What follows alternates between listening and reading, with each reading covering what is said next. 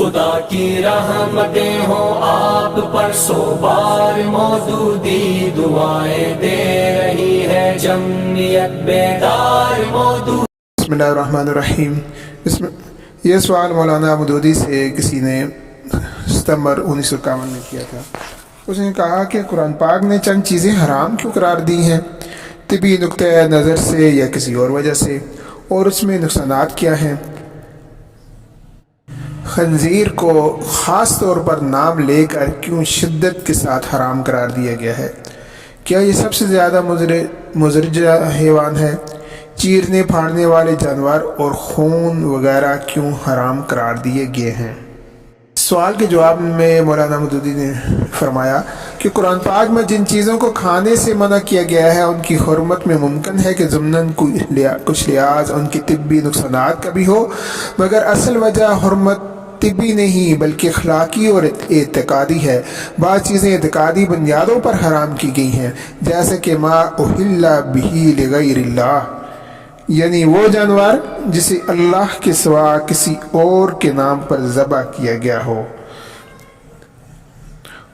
اور بعض چیزیں اخلاقی نقصانات کی وجہ سے حرام ٹھہرائی گئی ہیں کہ خنزیر۔ ان چیزوں کے اخلاقی نقصانات کا ہمیں پوری طرح علم نہیں ہے، مگر کسی حد تک اپنے مشاہدات کی بنیاد پر ہم ان کو جان سکتے ہیں۔ مثلاً خنزیر کے متعلق دنیا کا تجربہ یہ بتاتا ہے کہ اس کا گوشت انتہائی بے حیائی پیدا کرنے والا ہے۔ جو قومیں اسے کثرت کے ساتھ استعمال کرتی ہیں ان کے اخلاقی حالات اس پر گواہ ہیں۔ دنیا میں شاید خنزیر ہی ایسا جانور ہے کہ جس کی ایک معدہ کے گرد بہت سے نر جمع ہو جاتے ہیں اور باری باری اس کو ایک دوسرے کے سامنے اس کے ساتھ جفتی کرتے ہیں۔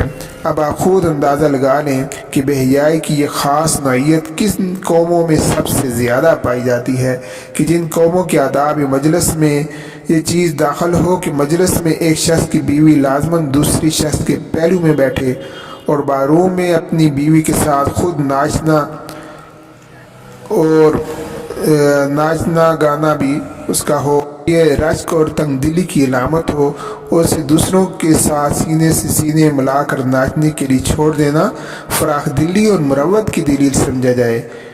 ان کے اس اخلاقی تخیل کا ماخذ اگر آپ تلاش کریں گے تو بعید نہیں کہ اس کا سراغ جانور سے کی جبلت ہی میں آپ کو مل جائے جس کا گوشت ان کے ہاں کثرت سے کھایا جاتا ہے۔ اس طرح درندہ جانوروں کے متعلق بھی ہم یہ قیاس کر سکتے ہیں کہ ان کا استعمال خون خواری پیدا کرنے والا ہے۔ بہتے ہوئے خون یا بہائے ہوئے خون کے استعمال سے بھی درندگی اور کساوت کا پیدا ہونا کچھ بعید از قیاس نہیں ہے۔ خدا کی رحمتیں ہوں آپ پر سو بار مودودی دعائیں دے رہی ہے جمعیت بیدار مودودی۔ خدا کی رحمتیں ہوں آپ پر سو بار مودودی دعائیں دے رہی ہے جمعیت بیدار مودودی۔